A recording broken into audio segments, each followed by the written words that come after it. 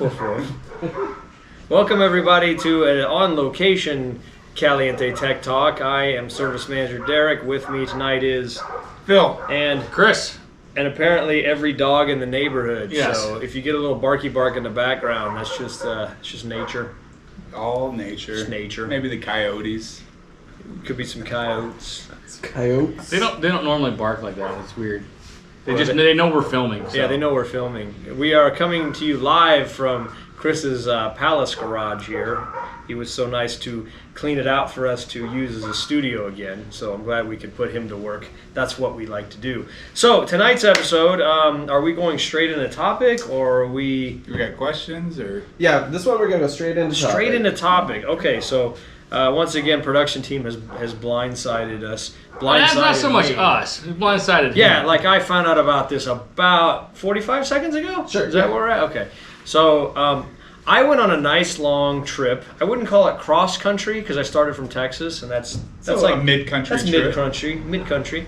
I jumped on my trusty steed, the Harley-Davidson Pan America Special. Much like the one, although his is different color. His is different. His is the incorrect color for me. So, and rode my motorcycle from San Antonio, Texas, to Portland, Oregon, which is many moons away.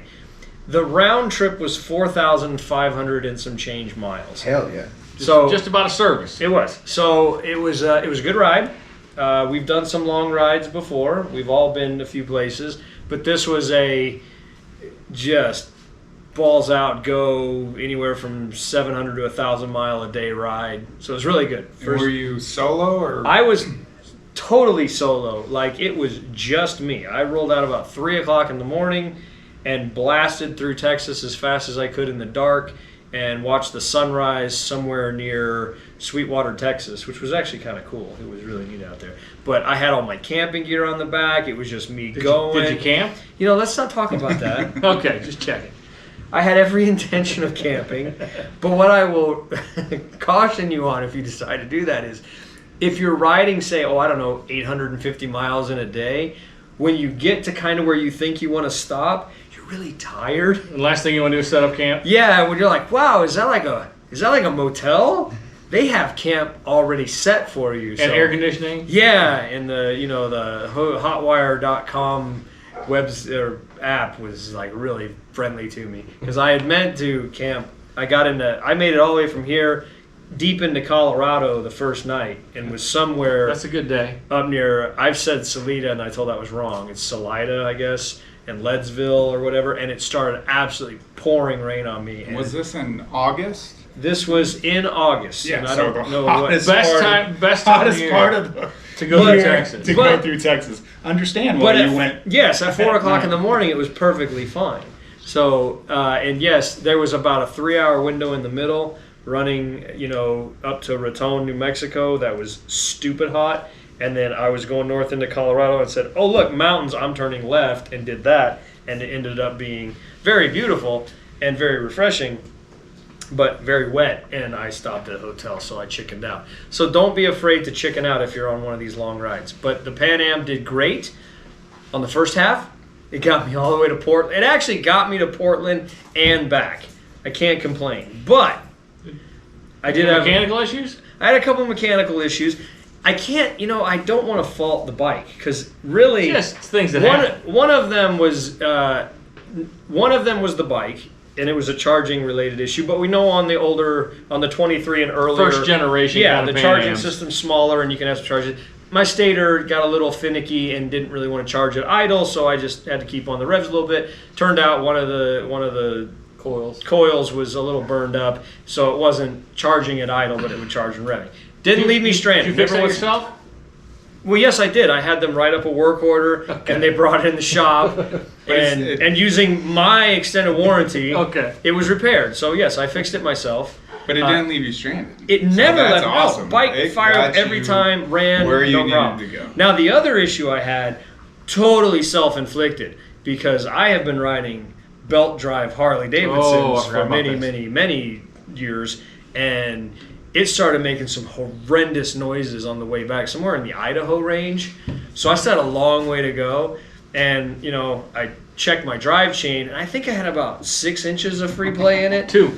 Yeah, it was no 2 bueno. inches is about what you're looking for. A little 1.9 something. It was no bueno. It was actually slapping into the swing arm. I was gonna say, how long has it been since you've ridden a bike where you could actually hear the on the 1998. Yeah, exactly. Yeah, it's been a little while. It was hitting the center stand. Oh, wasn't it? everything totally smoked.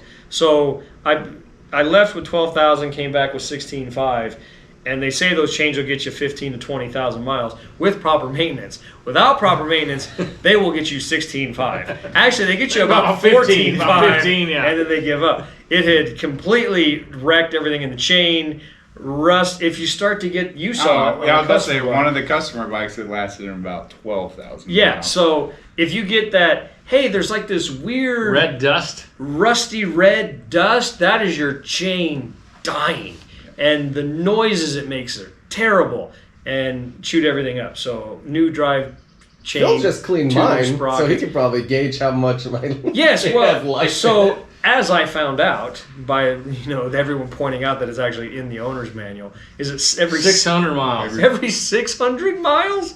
Whew, Oh you're my supposed to gosh. like So once a day, basically. Every 600 miles, you're supposed to clean, lube, and check tension. right, which So once a day, if you're doing a trip like that, once a day, you're not going to stop middle trip. I should have before I left every morning done checked it, and I took And then- no lubrication. And for it chains. even says, depending on how you're riding. Yes, and I was And the riding conditions. Hot, of hot. How riding. you getting the thing oh hot? brutal, and then the last time I was in the pouring rain, And rain. and then I just parked it in the parking lot in the rain. At the hotel? Yeah, it was going to be at the Not campsite. the campground? It was not at the Okay. campground. KOA? So, yeah, I had all my gear with me, which it was a great, man, I had it packed so nice too. It's in the big waterproof bag sitting on the back That's why seat. you didn't want to unpack it, because it was I packed didn't want too to nice. unpack it all. It was packed perfect. Although I did have to take it off and move it every time because it was in the way. I didn't need it.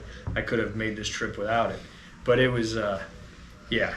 But it was fun, and the mountains are beautiful, and the Columbia River Gorge was awesome. We might throw a The ride picture was up great. here. Yeah, if I'll try to get you a picture. I think I took a picture. I have a picture. Yeah, I think that's the only picture of my trip. I'm not a picture guy. I just ride. No posting to Facebook or, Yeah, no, nothing like that. nothing for the TikTok fans out there. I take pictures in my mind. I'm sorry, I'm not really having. There's like a bug trying to get in my eyes. It's right a now, no-seum is what my wife calls them. A what? A no-seums. You can tell there's a bug there, but you can't really see it. Oh yeah, that's good. I like No-seums. that. That's That's my what one. I've got. But bottom line is Pan Am, great touring bike. Because after all those miles, you know what I could do every day the next day? I could walk. I really could. I was not uncomfortable. The bike did great. And he's not a young man. No, I'm old and crotchety, and it did a really good job. And even once I got up and going through the cities, it did good. It handled great. I got a lot of questions on it when I would stop places. People shocked it was a Harley, which I thought, man, everybody knows what this is. No, they really didn't. I was in places they went, oh, what is that? And yeah, we had some conversations about it being a Harley-Davidson. I got stopped at UT going out past my house by some guy who was like, hey, just want to ask you a few questions, blah, blah, how do you like your bike, this, that, and everything. I was like, oh, I love it, this, He's like, well, I just got done doing a cross-country trip on my DR.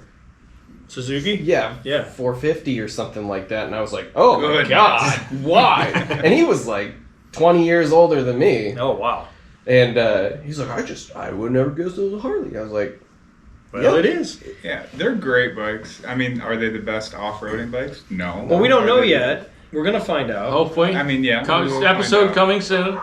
Yeah, we got and if you don't already know, the Touratech Rally in Austin at the end of October, they still got some tickets available. Austin Moto Adventures, if you're Austin on Moto the... Adventures.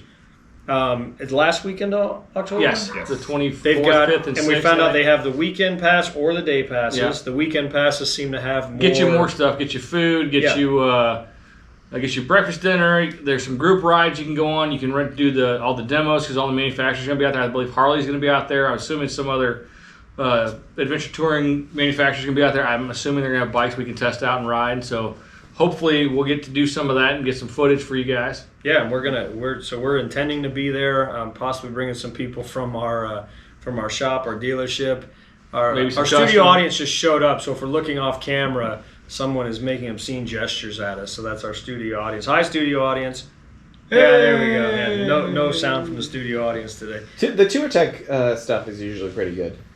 So I hope. I've never been to one. One of our coworkers is an instructor. He's going to be an instructor that weekend, so he'll have some insights too. You may get to talk to him at some point, and he'll never stop talking. But That's right. But he's a wealth of information. Wealth of knowledge. And loves motorcycling maybe more than anyone I've ever met. My goodness. And I the must adventure touring especially. Oh, yeah, adventure touring. That category for sure. But adventure touring, he is a adventure touring guru. He's the guy. It's always fun to be working in the industry and be like, yeah, we all like riding motorcycles. We get it. And then you meet somebody like him and you're like, good Lord. Yeah, I motorcycles. am a novice. Yeah, compared to him. So hopefully you guys can come out to that if you're in the Texas area. North Austin, Texas area. But if you're on an adventure bike, it doesn't matter. Well, come it's from true. wherever. You mean Colorado? Yeah, man. Come on, say hi. I proved Colorado's a day trip. Yeah, the three of us, and the voice for sure will be there, unless something catastrophic happens. Right, but yeah, you can 1,000 miles in a day. Come on, let's go, bring it. You can do it. So on your trip, yes, did you have to MacGyver anything? No, I did not. Never even opened my tool pack. Not once. Should have. not even the lubrication. Well, okay. So I did stop. I stopped at a buddy's house. Actually, one of our former techs, regular watchers and commenters, and give us crappers. I stopped at his house and we adjusted my chain at that point as much as to get to the last 500 miles, 400 miles. I left that morning and got home, a few hours, whenever I got home, and I sent a message, hey, I made it home. He's like, I'm glad you did, because when you left, the sounds your bike was making, I thought I for sure was going to have to come pick you up somewhere. That being said, he's still shopping for his Pan Am and will be buying one soon, I imagine. It's just like anything else. Do your maintenance, yes, and you won't have these problems. I am a living example of not doing the maintenance correctly and had a potential issue, but the bike never let me down. It still made it. It was not happy when it got home, and I had to replace some expensive components that I could have just maintained and not had to do that. But it did great. It really. So no MacGyvering. No, I really did. Not even like dumb stuff like crap I've put on my GPS mounts and phone mounts, and I put my saddlebags on. Nothing came loose. Nothing got upset, and I ran it. I mean, I was moving. It was highway type speed stuff. limit, I'm sure. I mean, yeah, I'll speed limit, but there's, There's South Texas. There's 80 mile per speed limit. And I was on some dirt roads for a while in Colorado. I got onto some. I mean, I had to go find them, but I got on them. And it always seems on trips that we have to take, somebody has to MacGyver something. Well, you weren't with me on this trip, so we didn't have to. Yeah, exactly. Because your bike, for whatever reason, can't make it to the end of the driveway without something happening. It made it to the end of Ed's driveway. How about that? Smack, smack. Did you? And it makes it out of the end of his driveway just for fine. a good while, just now. Did you use any navigation system for this, or did you use Google? I was Googling. I was on highways for the most part. It never really lost You contact. bought your fancy navigation. But I did. I have a really nice Garmin, and it is fantastic. And what was funny is, as soon as I crossed over into Colorado, because I have it set up with all the trail markings, off-road stuff, like a Christmas tree, just boom, trails everywhere. And I thought, oh man, I gotta get out of Texas because there's no public lands to ride on, and every road I'm going down in Colorado, I was like, oh, there goes one, and there goes one, and all of them just wound up in the mountains somewhere. So, and Idaho had that, and Oregon, oh man, Oregon has. I've never really done Eastern Oregon. You obviously have. Yeah. It was pretty impressive. Yeah, if you want to go to Texas that has off-road roads. Yeah. Eastern man, Oregon's the stretch from, was it Pendleton? Pendleton, yeah. Pendleton into where you meet up with Columbia on whatever highway that is, 84. 84, whatever, sure. That stretch in there was West Texas. Yeah. It was.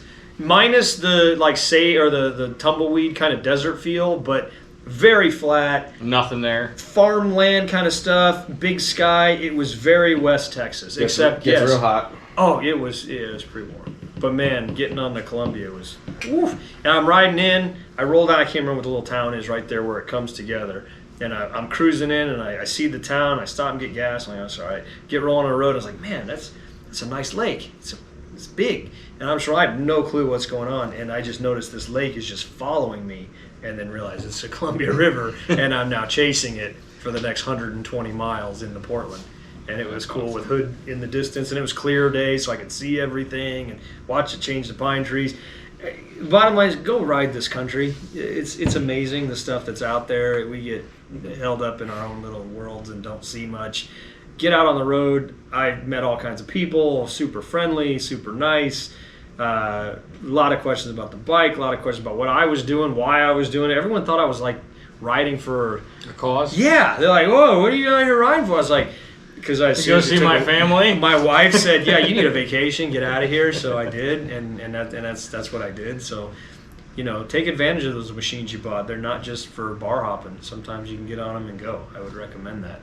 So that was my adventure, and that was my excuse not to have these guys talk. So I will not be talking for the rest of the episodes this month. If you have any questions about where I went or what I did, you will have to message me, because I do not post stuff like that, because honestly I don't think about it, and now it's so long ago I've probably forgotten it, so I can't do it. But He'll remember if you ask me, I can answer. Yeah. But I can't post anything, and I literally have, I think, 2 pictures of the whole trip, which I will give to Z, Which is amazing, and we'll though. get on there. It was great. Yeah, my wife always gives me a hard time about not taking pictures. I'm I like, but I'm I take them in mind. the moment. Yeah, I'm enjoying the moment. My wife's not a Taking picture it in. person either, so she gets it. But yeah, we should take more pictures, especially to help our audience out a little bit. See some places they haven't seen. I'm telling them where to go. This is how I'm helping you. Go there.